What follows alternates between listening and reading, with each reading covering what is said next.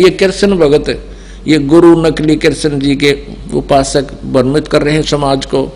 कहते हैं कृष्ण ही तत्व है, श्री कृष्ण ही सब कुछ है, ये परम तत्व है, अविनाशी तत्व है। और फिर उसे प्रश्न किया, क्या ब्रह्मा विष्णु महेश नासवान है? कहाँ ब्रह्मा विष्णु महेश का जन्म मृत्यु तो नहीं कह सकते। स्वर्ग के बाद फिर उनका पूर्ण परमात्मा में विलीन हो जाते हैं और फिर स्वर्ग के बाद वापस आ जाते हैं। फिर प्रश्न किया कि ब्रह्मा विष्णु महेश किसकी साधना करते हैं? कहते उस पूर्ण परमात्मा की साधना करते हैं। अरे विष्णु जो पूर्ण परमात्मा की साधना करते हैं तो फिर अखिल ब्रह्मांड का नायक क्यों हो गया यू? और यहाँ चौथे अध्याय के 34वें श्लोक में जो एंड बैंड कर रहे हैं, बुआ बाई बक रहे हैं कि कृष्ण ही तत्व है, तत्व ही परमात्मा है, कृष्ण ही अविनाशी है, तत्व ही अविनाशी है। परमात्मा कहते हैं सटदल उआ बाई बकदा, ये उआ बाई बकते, इनको कोई ज्ञान नहीं है, भ्रमित करें, पूरे मानव समाज को बर्बाद करें। तो पुण्यात्माओं, इस प्रकार हमने परमात्मा सच्चिदानंद घन ब्रह्म की वाणी को, जो उन्होंने स्वयं आकर के कबीर देव रूप में, धानक कबीर रूप में, जुल्हा कबीर रूप में बनारस में बोली, धर्मदास साहेब जी ने, उनकी प्यारी आत्मा ने, जिनको परमात्मा मिले थे, उन्होंने लिपिबद्ध किया। उसके अंदर ये विशेष रहस्य और सब ज्ञान प्रमाणित है। सब प्रकार के यज्ञ कौन से करने चाहिए, कौन से ना करने चाहिए, और कौन सी साधना सही है, वो सब स्पष्ट लिखा हुआ है। आज इस दास के पास वो सब मसाला उपलब्ध है, वो जड़ी उपलब्ध है, जिससे जन्म और मृत्यु का रोग कटेगा और सदा हम सतलोक में जाकर सुखी रहेंगे। उसको प्राप्त करो, अपना कल्याण कराओ। गीता जी अध्याय नंबर 4 के श्लोक नंबर 32 में कहा है कि वो सच्चिदानंद घन ब्रह्म की वाणी में ये धार्मिक यज्ञों यानी अनुष्ठानों का विस्तृत उल्लेख है,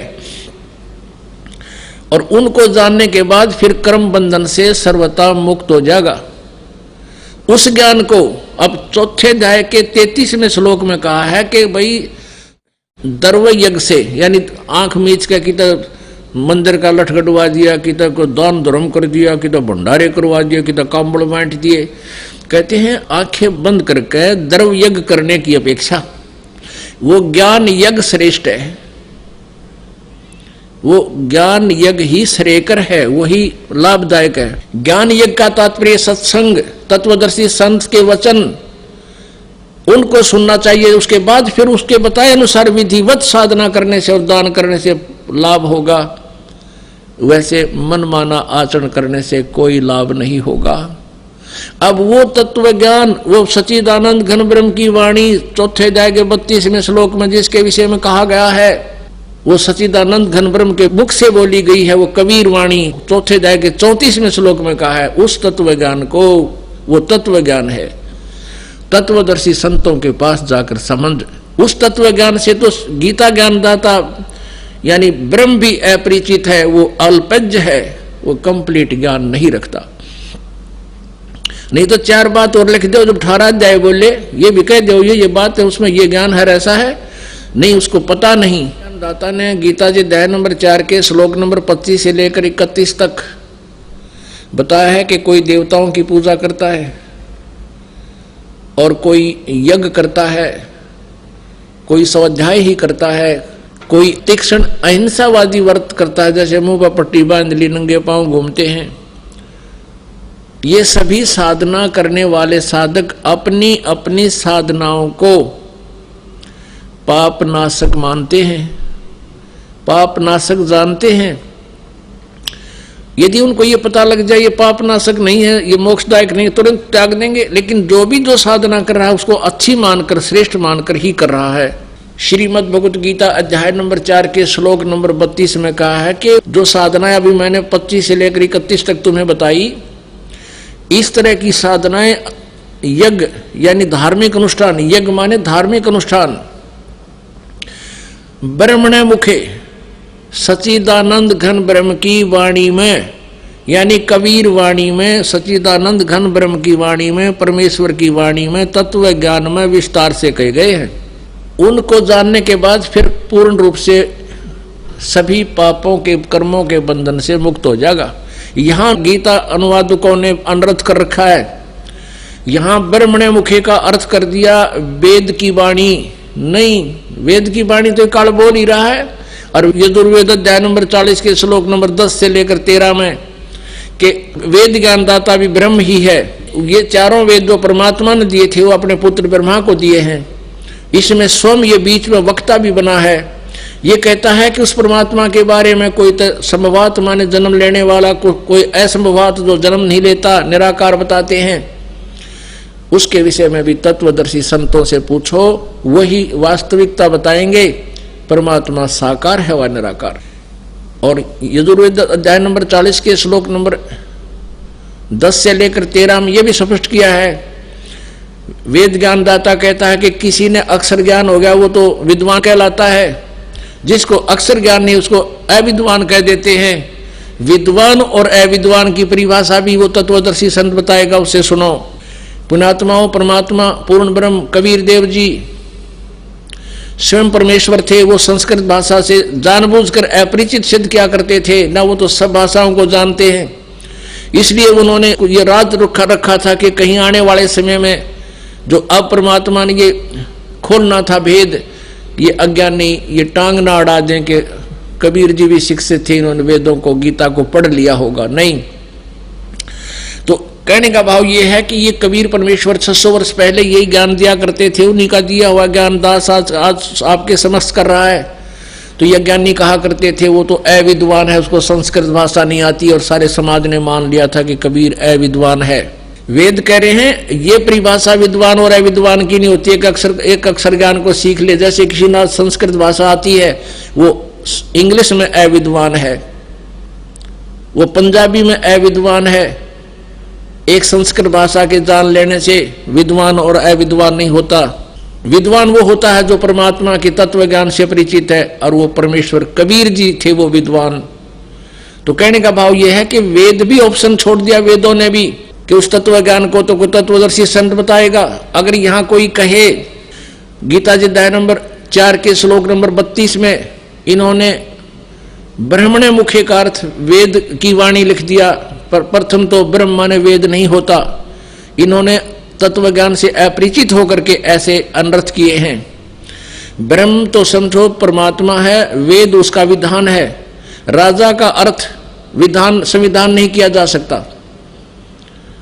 अगर कोई करता है तो वो उस उल्लेख से परिचित नहीं, उसमें लेखक बताना क्या चाहता है। तो गीता जी अध्याय नंबर 4 के श्लोक नंबर 32 में ब्रह्मणे मुखे का अर्थ इन्होंने अनर्थ कर दिया, वेद की वाणी लिख दिया। यहां लिखना था सच्चिदानंद घन ब्रह्म की वाणी, जबकि 17वें अध्याय के 23वें श्लोक में यही ब्रह्मणे शब्द है।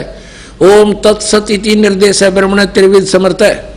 उसमें ब्रह्मणे का अर्थ हुआ ठीक किया इन्होंने, सच्चिदानंद घन ब्रह्म के पाने का, सच्चिदानंद घन ब्रह्म का ओम तत्सत, ये 3 मंत्र के जाप का निर्देश है। यह त्रिविध समर्थ, ये 3 प्रकार से इसका सेवन होता है। अब यहां ओम तो ब्रह्म का, और तत् ये अक्षर ब्रह्म का, और सत ये परम अक्षर ब्रह्म का। यानी ये तत् और सत ये दोनों सांकेतिक शब्द हैं। ये दास बताओगा, और किसी के पास इस पृथ्वी पर इस 21 ब्रह्मांड में ये ओम तत्सत का वास्तविक ज्ञान नहीं है। ओम तो सीधा ब्रह्म का, तत् ये पर ब्रह्म का। इसको अक्षर पुरुष भी कहते हैं। गीता जी अध्याय नंबर 15 के श्लोक नंबर 16 में क्षर पुरुष और अक्षर पुरुष ये 2 भगवान बताए हैं। और 17वें में कहा कि इन दोनों से अन्य कोई श्रेष्ठ परमात्मा है, वही वास्तव में अविनाशी है, वही पूर्ण परमात्मा है, वो सबका धारण पोषण वही करता है, सबका मालिक, कुल का वो मूल रूप परमात्मा वही है, वो परम अक्षर ब्रह्म है। तो ये ओम तो इस सरपुरुष का यानी ब्रह्म का जाप है, काल का, जो स्वयं भी स्वीकार कर रहा है गीता जी अध्याय नंबर 8 के श्लोक नंबर 13 में। और तत् और सत्य, तत् ये परब्रह्म का है, ये गुप्त है, ये दास बताएगा, और सत्य ये भी गुप्त है, ये परम अक्षर ब्रह्म का मंत्र है। इन तीनों को मिलकर इनकी 3 प्रकार से विधि है सिमरण करने की, और इसका जाप करने से वो पूर्ण मोक्ष प्राप्त होता है। जहां जाने के बाद फिर कभी जन्म मृत्यु नहीं होती, वो शाश्वत स्थान प्राप्त होता है। तो उसके लिए ऑप्शन छोड़ दिया कि वो तत्वदर्शी संत बताएंगे। गीता जी अध्याय नंबर 8 के श्लोक नंबर 13 में गीता ज्ञानदाता श्री कृष्ण में प्रवेश करके ये ब्रह्म बोल रहा है, काल बोल रहा है। ये कहता है कि ओम इति एकाक्षरम ब्रह्म व्यवहारन माम अनुसमरण ये प्रयाति तदंदेहम स याति परमाम गतिम। मुझ ब्रह्म का एक अक्षर ओम है, यही मेरा मंत्र है। उच्चारण करके सिमरण करता हुआ ये प्रयाति तदंदेहम, जो शरीर छोड़कर जाता है, स याति परमाम गतिम, यानी वह ओम से मिलने वाले उस गति को प्राप्त होगा जो ओम के जाप से जो परम गति होती है, यानी ब्रह्मलोक प्राप्ति होती है, उसको प्राप्त होगा। और गीता जी अध्याय नंबर 8 के श्लोक नंबर 16 में स्पष्ट किया है कि ब्रह्मलोक पर्यंत भी ये सभी प्राणी पुनरावर्ती में हैं। वहां गए प्राणी भी जन्म मृत्यु में आते हैं, पुनः अक्षीण होते ही फिर पृथ्वी लोक पर आते हैं।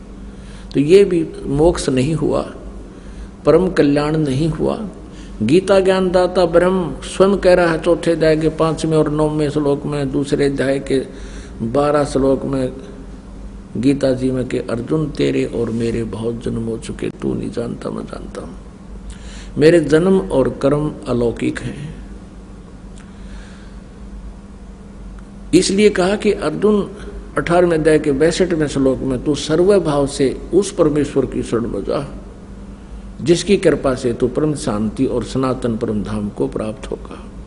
उस परमात्मा के बारे में, तत्ब्रह्म के बारे में बहुत जगह प्रमाण दिए हैं। दूसरे अध्याय के 17वें श्लोक में गीता जी में कहा कि अविनाशी तो उसको जान जिसको मारने में कोई समर्थ नहीं है। और दूसरे अध्याय के 12वें श्लोक में स्वयं अपने आप को नाशवान बता रहे हैं। तो कोई और प्रभु है जो ब्रह्म बता रहा है कि उसकी पूजा करनी चाहिए, और उसका मंत्र जो है वो तत्वदर्शी संत बताएगा। चौथे अध्याय के 34वें श्लोक में कहा है कि मैं नहीं जानता। उस तत्वदर्शी संत की खोज कर, जो चौथे अध्याय के 32वें श्लोक में जिस सच्चिदानंद घन ब्रह्म की वाणी में विस्तार से कहे गए धार्मिक यज्ञ हैं, अनुष्ठान हैं, क्रियाएं हैं की जानकारी है, वो तत्व ज्ञान है। उसको किसी तत्वदर्शी संत के पास जाकर समझ, उनको दंडवत प्रणाम करने से, कपट छोड़कर प्रसन्न करने से वो तत्वदर्शी संत तुझे परमात्मा की जानकारी देंगे। फिर उस तत्वदर्शी संत की पहचान बताई है 15वें अध्याय के प्रथम मंत्र में कि उल्टे लटके हुए संसार रूपी इस वृक्ष के उल्टा लटका हुआ संसार रूपी वृक्ष है, ऊपर को जड़ है और नीचे को तीनों गुण रूपी शाखा है। गीता ज्ञानदाता ने केवल इतना बताया है। और साथ में ये कहा कि इसके सभी पार्ट को, सभी विभागों को, तना कौन है, जड़ कौन है, डार कौन है, शाखा कौन है, पत्ते क्या है, जो इन सभी को बता देगा स वेदवित, वो तत्वदर्शी संत है। परमेश्वर कबीर देव जी स्वयं आते हैं और ये तत्व ज्ञान स्वयं ही अपना बताते हैं, अपनी महिमा आप ही सुनाते हैं, अपने द्वारा रची हुई सृष्टि को स्वयं ही बताते हैं। क्या बताते हैं? अक्षर पुरुष एक पेड़ है, निरंजन वा की डार, और तीनों देवा शाखा है, ये पात रूप संसार। अब थोड़ा सा ये सृष्टि रूपी आपको दिखाते हैं संसार। देखिएगा, परमेश्वर ने गीता जी अध्याय नंबर 15 के श्लोक नंबर 1 में कहा है, ऊर्ध्व मूलम अधः शाखम, ऊर्ध्व मूलम अधः शाखम अश्वत्थम प्राहु अव्यम। ये देखिएगा, ये श्रीमद् भगवत गीता जय दयाल गोविंद का इसके अनुवादक है। अथ पंथ 10वां अध्याय, ये 15वां अध्याय, प्रथम श्लोक। ऊर्ध्व मूलम अधः शाखम अश्वत्थम प्राहु अव्यम छंदासी यस्य पर्णानि ये तम वेद स वेदवित। अनुवाद करता कर रहा है, आदि पुरुष परमेश्वर मूल वाले, यानी आदि पुरुष परमेश्वर तो इसकी जड़ समझो, भगवान पेड़ की, संसार रूपी वृक्ष की, और अधः शाखम ब्रह्मा रूप मुख्य शाखा वाले। ये गलत अनुवाद किया है। अधः माने नीचे होता, देखिएगा ये इन्हीं के द्वारा दूसरे श्लोक में 15वें अध्याय के में 2 बार अधः शब्द है, इसका यहाँ अनुवाद किया है। अधः माने नीचे, अधः माने नीचे, ये बिल्कुल सही कहा किया। और यहाँ ये विचलित हो गए, ब्रह्माना गड़ाएं रखे, इसने प्रजापति माना है। अब क्या है? ऊर्ध्व मूलम, ऊपर को तो जड़ वाला, नीचे को शाखा वाला, अधः शाखम नीचे को शाखा वाला, और संसार रूपी पीपल के वृक्ष को अविनाशी कहते हैं। वेद जिसके पत्ते कहे गए, ये छंदासी, ये छंदासी का अर्थ वेद कर दिया ना। छंद माने विभाग, टुकड़े। उस संसार रूप वृक्ष को जो पुरुष, जो संत मूल सहित तत्व से जानता है, स वेदवित, वह वेद के तात्पर्य को जानने वाला, अर्थात वो तत्वदर्शी संत है। अब देखियो भगवान आए थे तत्वदर्शी संत बनकर।